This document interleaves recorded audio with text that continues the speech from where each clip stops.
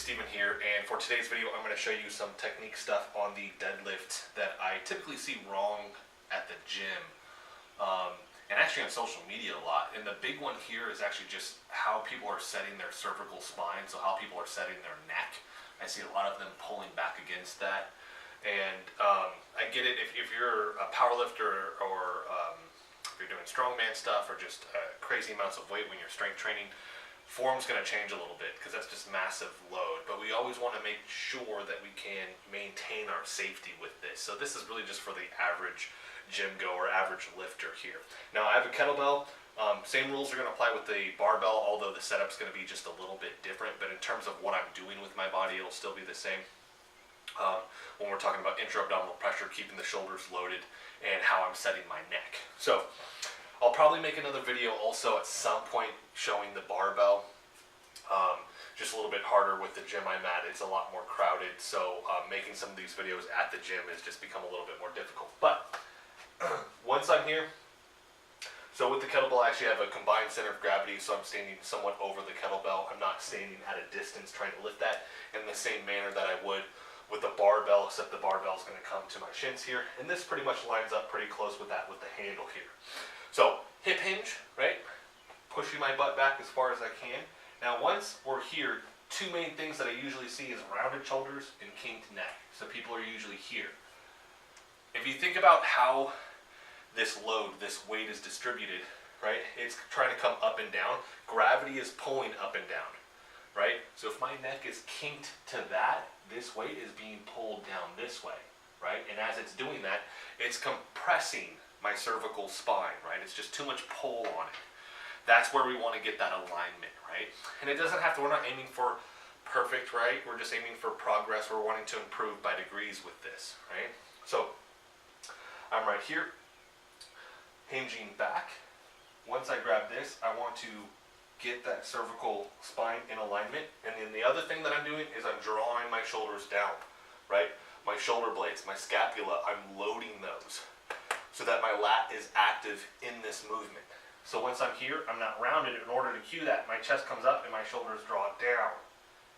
Now I have something to somewhat pull against with not only my shoulders and my shoulder blades, my posterior shoulder girdle, but also to cue my neck to pull and draw against so that that feels active and not loose because I'm just pulling it like this, right?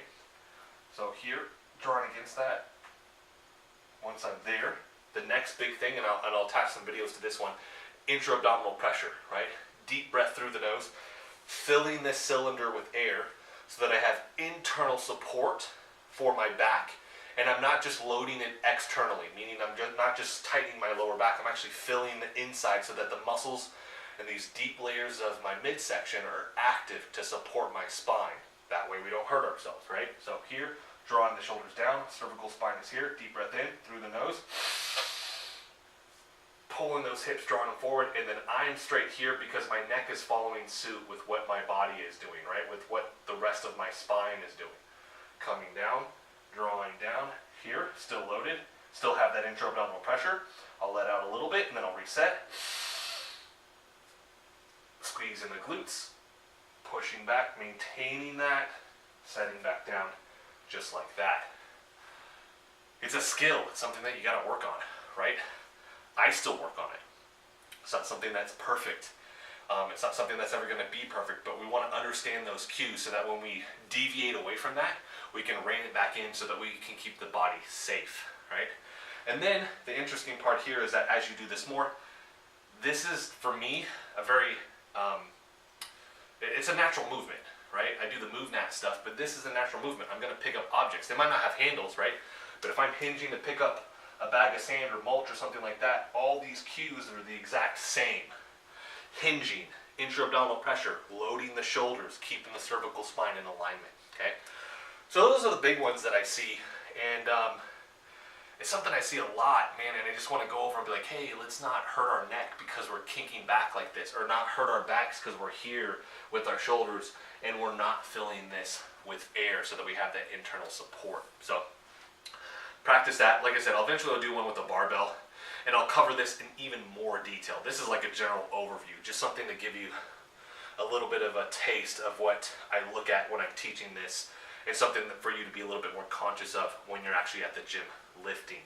So, and like I said, this is going to apply to anything that you're lifting too, not just here in the gym, not just with a kettlebell or a barbell or anything like that. Things that you're lifting around the house could be something small, right, that I'll go down and I'll pick up. So, that is that. If you guys like the video, hit the like button for me. If you want to continue to follow along with all my content, hit the subscribe button for me. If you have any questions, any comments, or anything like that, please do that in the section below. That helps me, and it helps navigate where I'm taking my content as well. So, thank you guys so much for watching.